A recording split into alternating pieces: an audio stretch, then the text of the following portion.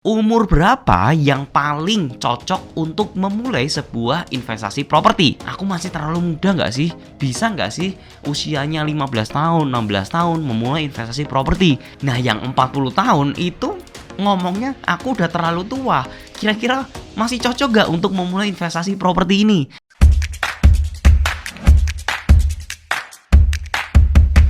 Ketika kalian usianya 30, 40 tahun, menurutku itu justru menjadi fondasi yang sangat bagus. Ketika kalian sudah usia produktif seperti itu, kalian itu sudah punya rekening yang bisa dibilang bagus.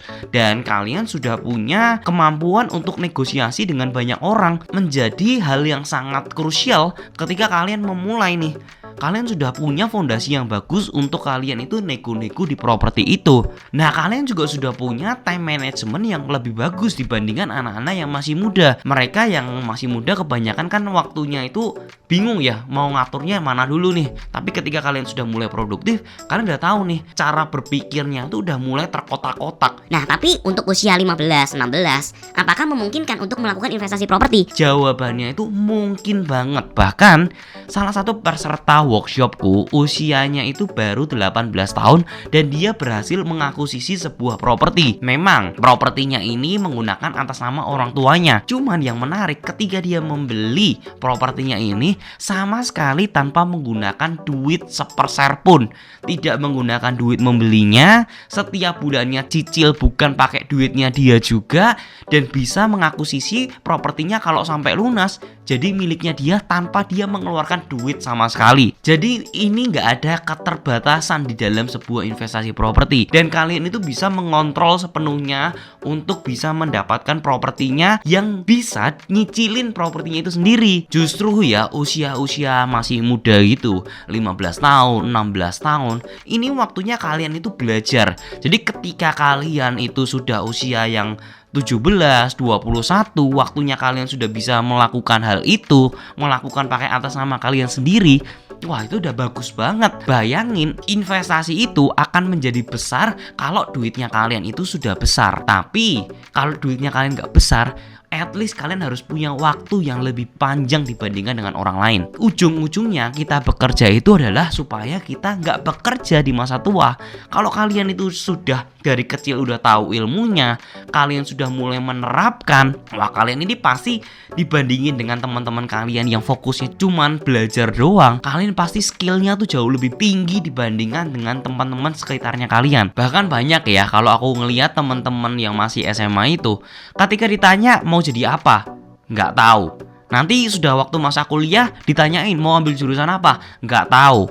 Akhirnya ambil aja sembarangan, bisnis manajemen lah, yang paling gampang, yang paling paling bukan paling gampang, yang paling umum maksudnya. Begitu masuk di sana, keluar bingung lagi mau ngapain. Yaudahlah, saya nggak tahu, asal ikut sama orang aja lah. Justru kalian ini ketika masih muda ya harus nih mulai melakukan, kalian coba ini ketika masuk di investasi di properti, kalian tuh bakal banyak belajar. Mulai yang namanya negosiasi dengan owner. Negosiasi ini tuh hal yang paling dibutuhkan dimanapun kalian bekerja. Mau kalian kerja sebagai desainer, ya kalian juga bisa menginfluence orang-orang dan kalian bisa menjual dengan angka yang lebih tinggi. Jadi nggak cuman sekedar tentang investasi aja, kalian itu belajar tentang ilmu-ilmu kehidupan yang sebenarnya nggak akan kalian pelajarin di kuliahan manapun. Intinya jangan pernah minder, karena menurutku kalau kalian masih muda itu kalian bisa explore jauh lebih banyak. Kalau misalkan kalian sudah lebih senior, kalian tuh pasti punya kotak-kotakan sendiri dalam pikiran kalian. Tapi kalau teman-teman masih muda, kalian itu bisa explore. Oh, kalau aku ngomong dengan orang yang lebih tua, aku pakai cara metode yang A. Nah, begitu ngomong gini, ternyata gagal. Oh, berarti teman-teman tahu. Besok kalau pakai B, kira-kira lebih cocok harusnya. Nah, besok datang dengan pakai metode yang B. Nah, kalau nggak cocok pakai metode yang C. Nah, jadi ketika kalian masih muda, kalian bisa lebih explore. Kalian nggak punya pengalaman tersebut. Jadinya kalian ini jadi kayak anak kecil yang bener-bener pengen explore sana sini gitu loh. Jadi kayak aku mau explore ini, aku mau explore itu. metode ini cocok gak, metode ini cocok gak. Nah, kalau kalian masih kecil, kalian itu biasanya lebih rentan sama penolakan, itu jadi jauh lebih kayak challenging gitu. Kayak semua masalah tuh dianggapnya, wah ini aku harus coba yang ini nih, aku coba ini nih, aku coba ini nih, karena kalian masih kecil gitu. Nah, kalau misalkan yang memang sudah lebih tua, ya kalian itu jauh lebih pengalaman sih sebenarnya. Jadi kalian udah mulai ngerti nih, harus pakai ini, pakai ini, pakai itu. Intinya semua itu jauh lebih, nggak ada batasan umur. Nggak ada batasan umur main di sini. Ketika masih muda, kalian jadi jauh lebih kreatif karena kalian punya waktu tuh lebih banyak. Ketika kalian masih tua, kalian lebih berpengalaman, tapi mungkin teman-teman waktunya sudah kepake buat ini, waktunya sudah pakai buat itu. Intinya semuanya itu punya plus minusnya masing-masing. Gak ada batasan umur di investasi properti. Yang membatasi adalah pikirannya kalian sendiri. So, sekali lagi, kapan waktu yang tepat untuk memulai investasi di properti? Jawabannya adalah sekarang. Dan usia berapa?